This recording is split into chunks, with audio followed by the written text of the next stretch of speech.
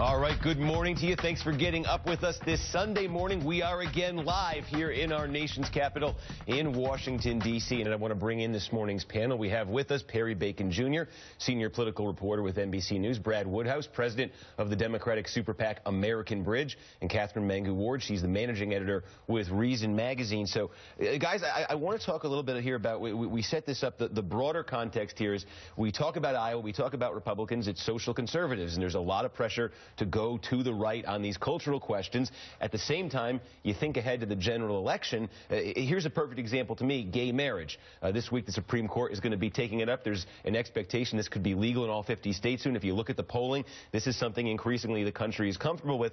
If you look at the sort of conservative base of the Republican Party, you have Bobby Jindal. We played him a minute ago, and you can put it up on the screen here. This was his op-ed in the New York Times this week. He made a lot of noise saying he is holding firm against gay marriage. He wants to put one of those religious liberty laws on the books in Louisiana, like they were tried to do in Indiana and took so much heat for.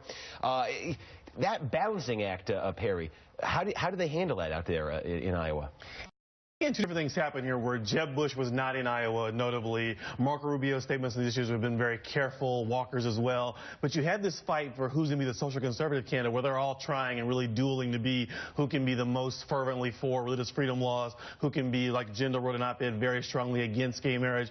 It'll still be interesting to see what happens once this court ruling happens, because the public opinion, even among sort of younger Republicans, is definitely moving toward supporting of same-sex marriage. And I think the most interesting thing that's happened in this campaign in the last few weeks has been this question about who would attend a same-sex wedding. And you really heard the candidates trying to figure out, oh, how do I seem tolerant at one point, but also show my traditional values on the other hand? It was the rare question where Ted Cruz, as far as I can tell, still has not given an answer. I never heard Ted Cruz speechless, but finally he was. And it's interesting. So that question, Marco Rubio was asked that 2 weeks ago, and he said, and he made a little news saying, sure, I have no problem attending a gay wedding. But now, going to that audience last night in Iowa, this is what he had to say on the subject of gay marriage. Let's play that. Marriage as an institution existed before even government itself. That the institution of marriage as one man and one woman existed before our laws existed.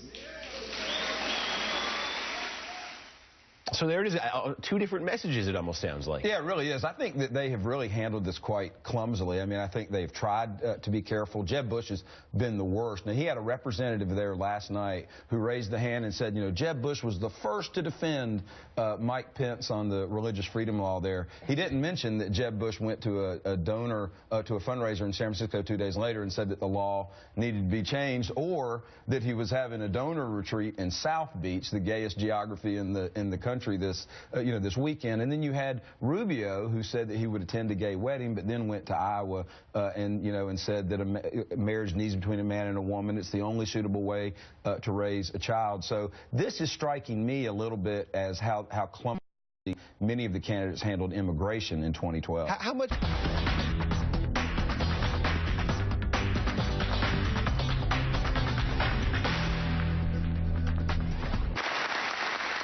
President Obama in one of the more serious moments in last night's White House Correspondents' Dinner, prompting not one but two of the headlines we want to catch up on this morning in our Catching Up segment. First, what the president was talking about there. So as he mentions, he's talking about the Washington Post bureau chief in Tehran, who has now been held captive by Iran for the last 9 months. There were pins being given out at this dinner last night to show solidarity with him, the president calling for his release. So there was that element of it. And then this morning, just a sort of a bizarre thing we want to share from Twitter. All sorts of people on Twitter, including the supreme leader of Iran, Ayatollah Khamenei. He tweeted overnight, it's ridiculous that even though the U.S. president is black, still such crimes against U.S. blacks continue to occur. About he uses the hashtag Black Lives Matter. Freddie Gray talking about a lot of these recent incidences of the police, police incidents with African Americans. But the supreme leader of Iran, and of course the backdrop here is that we're negotiating with Iran right now. It's bizarre. I mean, as you said, it's the craziest thing ever. I mean, and to really be trolling the president and then trolling that that hashtag. I mean, at some point, it seems like Twitter has jumped the shark when the supreme leader of Iran is doing that, and obviously doing that on the night of the White House Correspondents' dinner to get the attention that it's getting was quite remarkable. I was just stunned by it. It makes you wonder if it says something about the status. I mean, we're supposed to be putting this final framework together, the administration in Iran. You've got a reporter being held captive. You've got the supreme leader doing this. It makes you wonder what's going on there. I kind of think this is like a testimony to the power of Twitter. I think it's, a lot of times these negotiations are super formalized, they're super ritualized, and the idea that we would also have this additional channel where, you can just kind of poke somebody during their party I actually think it's great. I think it's more information, not just for the people in the negotiations, but also for those of us watching from outside saying, is this serious? Is this going to happen? What's really going on? Yeah. Let's see what else we have in the news today. How about this? This is from The Guardian. Headline, Michigan Governor Rick Snyder could be next Republican to enter 2016 race. This is something that has come absolutely out of nowhere. Former Minnesota Senator Norm Coleman telling reporters at this Sheldon Adelson event in Las Vegas yesterday, he said, I met with Rick Snyder yesterday. He's running. And Snyder was out there also at that event in Las Vegas for the Republican Jewish Coalition. Ari Fleischer, however, who was also with Snyder this weekend, disputed Coleman's claim that Snyder is definitely running. Again, I mean, we always talk about how crowded this field is. We think we've mentioned every name that's out there. Now the governor of Michigan apparently interested in this. You had on Friday John Kasich very much leaning in a speech in D.C. saying, if I look at it and assess and I can win, I'm going to get into this thing. And he's the most qualified candidate, he said 3 or 4 times in the same speech. And you have Snyder on Saturday saying he's thinking about getting in. It tells me that we have a Midwestern governor who we thought had a lot of buzz before. It does tell me that Kasich and Snyder maybe think Scott Walker is maybe a little vulnerable, and maybe therefore they could become that kind of electable governor for the Midwest. I'm not sure they're right about that, but I think that's what's happening here is that they see an opening. Jeb Bush, his last name is Bush. There's a bunch of senators. The one real governor seems like he's not quite knowledgeable about policy. He's not showing the seriousness right now. So I don't see Kasich or Snyder catching on. Snyder expanded Medicaid. That's not going to be helpful in the Republican primary, just like Kasich. But I think that's what's happening here. Yeah, no, and I mean, I read this too. We were talking about it in the last segment with Chuck, but just the idea of Republicans are not intimidated by Jeb Bush. It's not. I'm not getting out of the way. Actually, why not put my name out there? I think this is really a testament to what Dan Balls wrote this morning, is that people do not fear Jeb Bush. Now, look, like Chuck said, let's see what this super PAC actually reports. But let's remember, a lot of these other candidates, Cruz has got the backing of wealthy donors for a super PAC. It looks like Rubio might have the backing of Sheldon Adelson for his campaign and for a super PAC. So, Snyder's saying, heck, there might be somebody willing to back me. There might be a billionaire. There might be a billionaire willing to back me there too. And I mean, I like the idea that actually at this stage in the game, we should be having all comers on the table. Like, I don't think Rick Snyder's probably going to win, but the idea that instead of having this kind of foregone conclusion where we have a huge chunk of money behind one person and they're just going to sweep to victory, like everybody get in there, fight it out. Let's see what we get. Here's what I want to know, though. The first debate is looming for, I think, August 15th out in Cleveland. If you've got 15 candidates at that point. Style. Is there a bracket? Yeah. Great. I love it.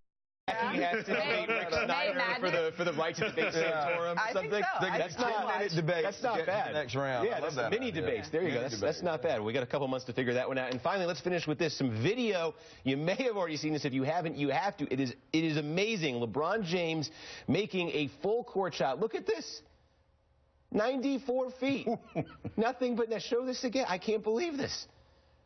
Guy could be a quarterback with an arm like that. That's King James. He's doing that, looks like, in Boston. The Cavs, of course, preparing today for Game 4 against the Boston Celtics. They lead that series 3-0. They could get a sweep today, move on to the second round. But, yeah, watch that a couple more times. And well, he's not 35, so he can't get in the primary otherwise. Yeah, right. Of course, the joke is that Cleveland does need a quarterback. The Cleveland Browns need a quarterback. True. And there it is. So there you go. There it is. Right, you can sign LeBron up. I'm sure the Cavs will be happy to have him take his risking his health like that. Anyway, still ahead. Could the Democrats keep the White House and retake the Senate in 2016? It's actually very possible. We're going to show you how. But let me bring the panel in here in Washington. And we say in the intro, obviously a big theme here in those speeches, Iran the deal with Iran, the pending deal with Iran. Also some reporting emerging at a closed-door session. Former President George W. Bush, who was out there, this is reporting from the New York Times, George W. Bush apparently in this closed-door session saying he is skeptical about lifting sanctions against Iran right now at a time when the government he believes is caving in, the Iranian government ready to cave in. He said he regretted the leverage the U.S. would lose as a result of lifting the sanctions. That's interesting to me, and I know this is a closed-door thing. This is a reporting that's leaking out from there, but I do think of his father, and his father was very adamant about not ever criticizing or questioning his successor's actions in office. And George W. Bush, I think, has been generally has hewed to that. Here's a moment where maybe that he's letting that slip a little bit. I was surprised by the comments and the fact that they slip out. He's almost religiously never, compared to Cheney particularly, Cheney criticizes everything Obama does. President Bush does almost none of it. His actual view, though, the fact this Iran deal is idea is shared by basically every Republican in the country, and for that matter, many Democrats. So it's not surprising that he had that position.